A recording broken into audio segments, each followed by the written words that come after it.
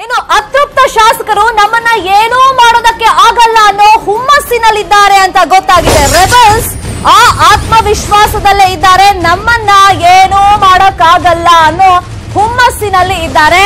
ಪದೇ ಪದೇ ತಮ್ಮ ನಡೆಯನ್ನ ರೆಬಲ್ಸ್ ಬದಲಿಸ್ತಾ ಇದ್ದಾರೆ. ಯಾಕಂದ್ರೆ ಮುಂಬೈನಲ್ಲಿ ಹೋಟೆಲ್ ಅಲ್ಲಿ ಎಲ್ಲ ಬಿಲ್ ಕ್ಲಿಯರ್ ಮಾಡಿ ಬೆಂಗಳೂರು ಕಡೆ ಹೊರಟಿದ್ದಾರೆ ಅಂತ ಹೇಳೋಷ್ಟೊತ್ತಿಗೆ ಮತ್ತೊಂದು ಟ್ವಿಸ್ಟ್ ಅಲ್ಲಿ ಸಿಕ್ಕಿತ್ತು. ಯಾರು ಕೂಡ ಇವತ್ತು ಸಿಎಲ್ಪಿ ಸಭೆಗೆ ಹಾಜರಾಗಿಲ್ಲ, ಅಧಿವೇಶನಕ್ಕೂ ಕೂಡ ಹಾಜರಾಗಿಲ್ಲ. ಇಲ್ಲಿ ಸ್ಪಷ್ಟವಾಗಿ ಗೊತ್ತಾಗ್ತಾ ಇರೋದು ಅನರ್ಹ ಮಾಡ್ತೀವಿ, ಅನರ್ಹರಾಗ್ತೀರಿ ನೀವು ಅಂತ ಅತೃಪ್ತ ಶಾಸಕರಿಗೆ ಹೇಳಿದ್ರು ಕೂಡ ನಮ್ಮನ್ನೇನು ಮಾಡೋದಕ್ಕಾಗಲ್ಲ ಅನ್ನೋದು ಹುಮ್ಮಸ್ಸಿನಲ್ಲಿ ಸದ್ಯಕ್ಕೆ ಅತೃಪ್ತ ಕೈ ಶಾಸಕರಿದ್ದಾರೆ.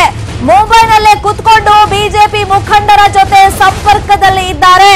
ಬಜೆಟ್ ಅಧಿವೇಶನದ ನೆಪದಲ್ಲಿ ಅನರ್ಹಗೊಳಿಸೋದಕ್ಕೆ ಬರೋದಿಲ್ಲ ಅಂತ ಕೂಡ ಅವರು ತಿಳ್ಕೊಂಡಿದ್ದಾರೆ ಕಾನೂನು ತಜ್ಞರಿಂದ ಅಂತ ಗೊತ್ತಾಗಿದೆ. ಈ ಮಾಹಿತಿಯನ್ನೆಲ್ಲ ಕಲೆಕ್ಟ್ ಮಾಡಿಕೊಂಡೆ ತಿಳ್ಕೊಂಡೆ ಅವರು ಇವತ್ತು ಬಂದಿಲ್ಲ.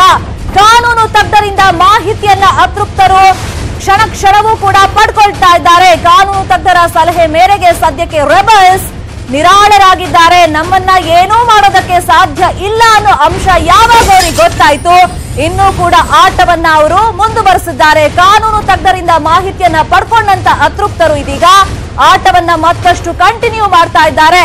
ಕಾನೂನು ತಜ್ಞರ ಸಲಹೆಯನ್ನ ಪಡ್ಕೊಂಡ್ಮೇಲೆ ರೆಬಲ್ಸ್ಗೆ ಒಂದ್ ರೀತಿ ನಿರಾಳತೆ ಸಿಕ್ಕಿದೆ. ನಮ್ಮನ್ನ ಏನೂ ಮಾಡೋದಕ್ಕಾಗಲ್ಲ, ನಮ್ಮನ್ನ ಅನರ್ಹಗೊಳಿಸೋದಕ್ಕೆ ಸಾಧ್ಯ ಇಲ್ಲ ಅಂತ ಕಾನೂನು ತಜ್ಞರಿಂದ ಮಾಹಿತಿಯನ್ನ ಪಡ್ಕೊಂಡ್ಮೇಲೆ ಇನ್ನಷ್ಟು ಆಟವನ್ನ ಅತೃಪ್ತರು ಇಲ್ಲಿ ಮಾಡ್ತಾ ಇದ್ದಾರೆ. ಜೊತೆಗೆ ಬಿಜೆಪಿ ನಾಯಕರ ಸಲಹೆ ಸೂಚನೆಯನ್ನ ಕೂಡ ಅತೃಪ್ತರು ಇಲ್ಲಿ ಫಾಲೋ ಮಾಡ್ತಾ ಇದ್ದಾರೆ.